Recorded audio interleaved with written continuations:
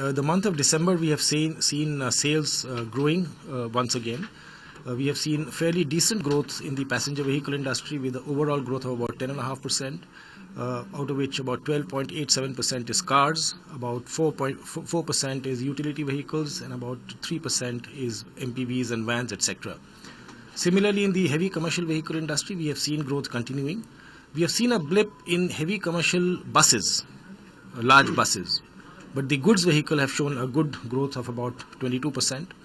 Light commercial, which was a worry area till last month, we have seen growth coming back. We have seen a fairly decent growth of about 5.5% in the light commercial vehicle industry, which we felt will come after we see some level of sustained growth in the medium and heavy commercial, which is happening. So we hope that growth continues. The real area of worry remains to be the two-wheeler segment, where we have seen a negative growth of minus 3%. We have seen almost 6% negative performance in motorcycles only.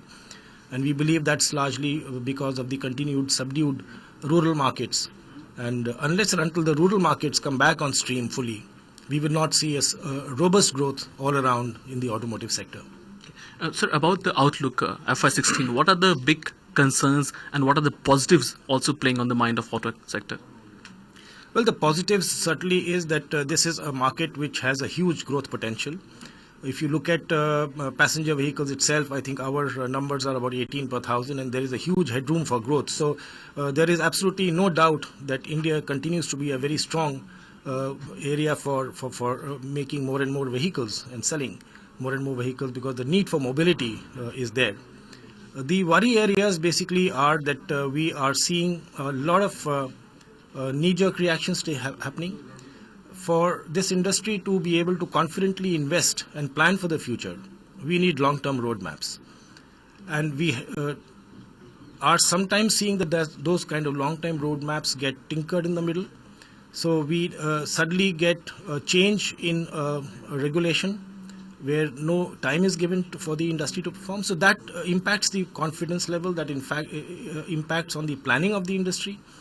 Because these vehicles are done after a development lead time of almost 4 to 5 years is required for development of new vehicles, for improvement in norms, whether they are safety or emissions or fuel efficiency, etc. So this industry basically wants to progress from one stage to another.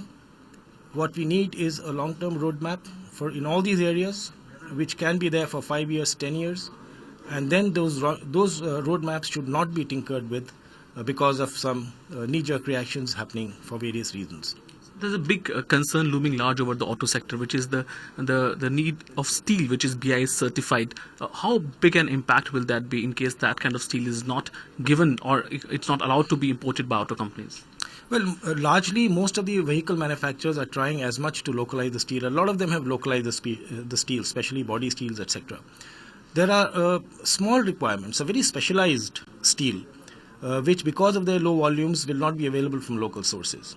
Find us on Facebook at facebook.com/ETNow and don't forget to click the like button. You can also follow us on Twitter at ETNowLive. To stay updated with all our programming, hit the subscribe button on our YouTube channel by logging on to youtube.com/user/ETNow.